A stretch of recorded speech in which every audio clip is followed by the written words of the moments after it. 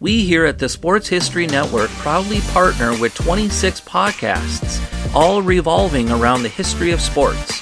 But did you know that many of our hosts were sports history authors way before they started their shows? It's true. We've got Joe Ziemba, host of When Football Was Football, Joe Zagurski, host of Pro Football in the 1970s, Mark Morthier, host of Yesterday's Sports, Tommy Phillips, host of Lombardi Memories, and Scott Adamson, co-host of From the 55-Yard Line.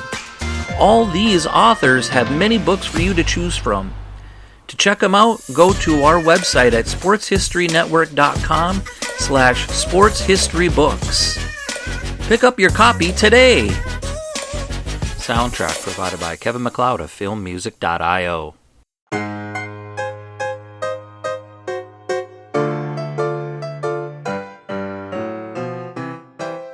When great events in history occur, do witnesses realize the importance?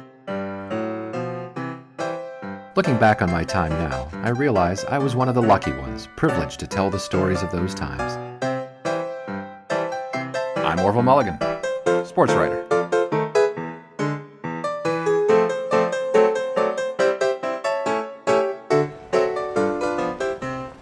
What makes a hero? What makes a hero an idol? And what makes an idol a legend? As professional sports grew in importance to our society in the 1920s, this stairway to stardom became well traversed, itself becoming mythical. The American dream of starting from nothing and working all the way to the top through pure athletic mettle. What sustains a myth? Hundreds of stories, inspired by charisma and reputation. Not that the cabbie I met in Chicago thought any of this. He just loved recalling a good yarn. Evening, sir. Where to? Ragen Athletic Club, please. Well, I apologize for asking, but what business are you doing there? Oh, I'm a sports writer, and I've got an interview with someone there. Again, I apologize. I just can't be having certain types in my cab. Some of those Reagan boys are a nickel short of human decency and got screws loose upstairs, you know what I mean? Mostly. So, where are you coming from? Pittsburgh. I work for The Guardian. Huh. Don't know that one. What brought you to Chicago? You covered the Illinois game? That and the Cardinals game. The Cardinals? In November? The professional football team. Is that so? Huh. Hey, you know Babe Ruth? Not personally, no.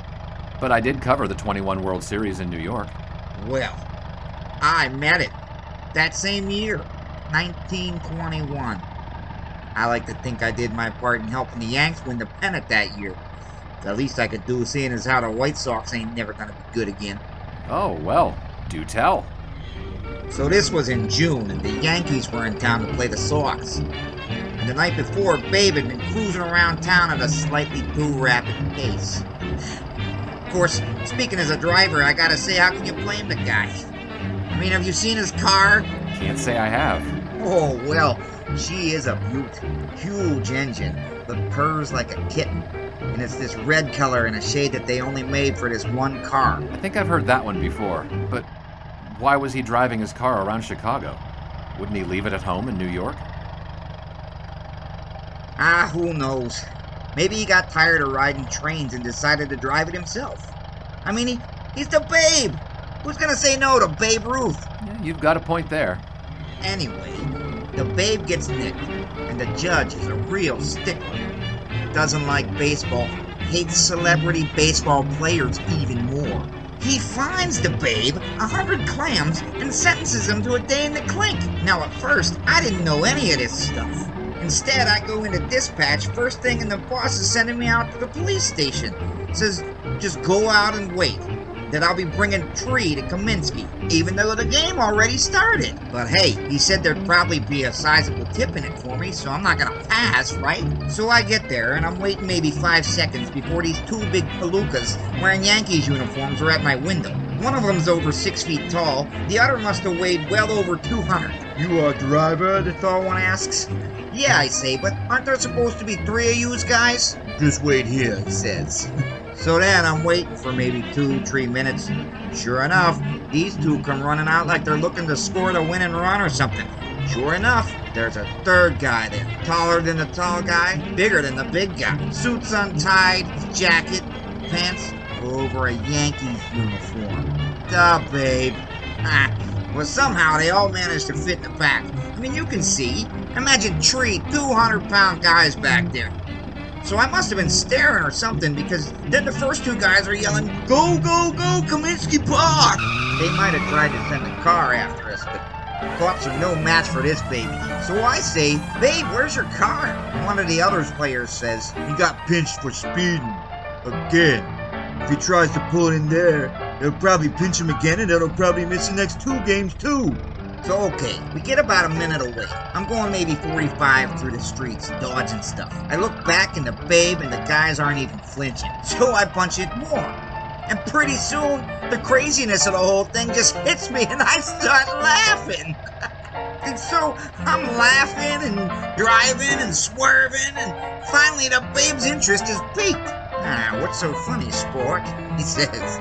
And I tell him, "Here the cops are, trying to prevent you from speeding, and here I am going faster than you were, probably." Well, this gets them all laughing, and after a while the babe slaps me on the shoulder and says, "You're all right, sport." Yeah, the others finally introduced themselves as the pitchers Jack Coon and Harry Harper. Well, the babe hacked on him a little for being journeymen and whatnot, and then he told us about his recent adventures with those of the female persuasion, about which I am sworn to secrecy. So I pull up right there at Kaminsky, and the babe lays a $20 bill in my palm and says, "Thanks," before running into the stadium. He just about has enough time to take off the other clothes before getting into the batter's box and smashing a home run to beat the White Sox. What a player! Well, here you are. Ragen Athletic Club. 22 cents. Keep the change. Hey, thanks, mister. Hey, buddy. Be smart and watch yourself in there. Ragen's club ain't exactly known for its wholesomeness. I have to admit, I questioned the veracity of the cabbie's tale right from the go. When I got back to the Guardian offices, I dug around a bit in the archives to see if there was any truth at all to the story. As it turns out, Babe Ruth had in fact been arrested in June of speeding on city streets, had done a spell in a holding cell, and had been motored across town to get into a game late. But it had all been in New York, and the Yankees had been playing Cleveland, and no mention of Harper or Quinn. And but what does it matter? The cabbie tells a good story to entertain his riders. The riders think they've had a brush with greatness by association. Maybe all he ever wanted was to become a drop in the ocean of legend that was Babe Ruth. As he himself might put it, can you blame him?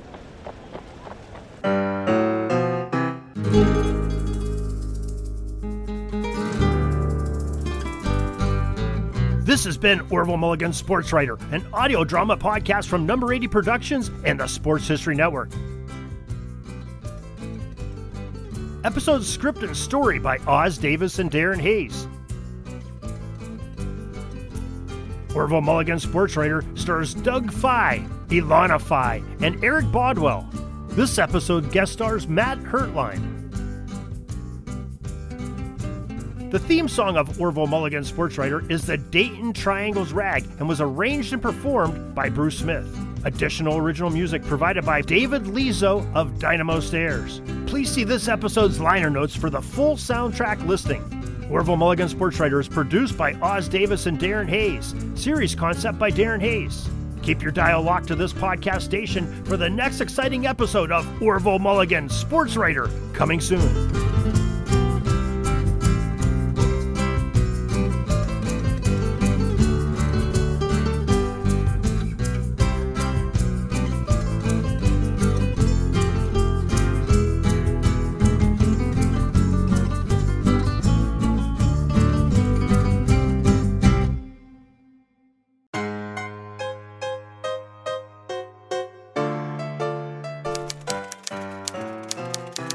Put up my replica 1909 World Series program poster from Row 1 brand, and that's all it took for Marla to do a complete redesign of the Guardian offices.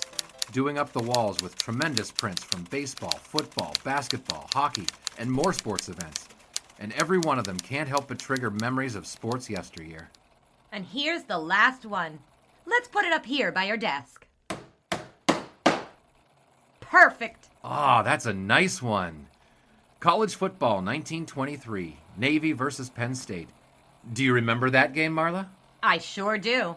It was October 20th, 1923. Cloudy, but a reasonable 57 degrees at the 2:30 kickoff time. Over 20,000 turned out at Beaver Field in College Station, Pennsylvania for this clash of two of the nation's top teams. The Nittany Lions were the underdogs, despite having won their first 3 games by a combined score of 94-0. The heavy favorites were the Midshipmen, who went on to play in the Rose Bowl after the season. Right, and the game immediately became... The entire color of the game would ultimately be dominated by Penn State's star halfback, Harry Wilson, but both offenses took some time to get going for a good 22 minutes before Wilson got the crowd to their feet with an interception of Bill McKee's forward pass, returning it all the way for his first touchdown of the day. Wilson certainly was great. On the next kickoff, who would end up as returner but Harry Wilson? Wilson dodged at least a half dozen Recall the defenders greatest on a moments in sports 77-yard history, stop or to just the your end own zone. personal The game favorites gone for with a Row scoreless 1 tug of brand war to a sports 2-touchdown paraphernalia. blowout in Don't less than a delay. minute, with Visit hometown today fans ready to at count a fourth win for sportshistorynetwork.com/row1. PSU. That's The R-O-W opponent number Clyde 1 had 2 more to today keep for his access to the full Row 1 catalog of gallery prints and gifts like t-shirts, long sleeve shirts,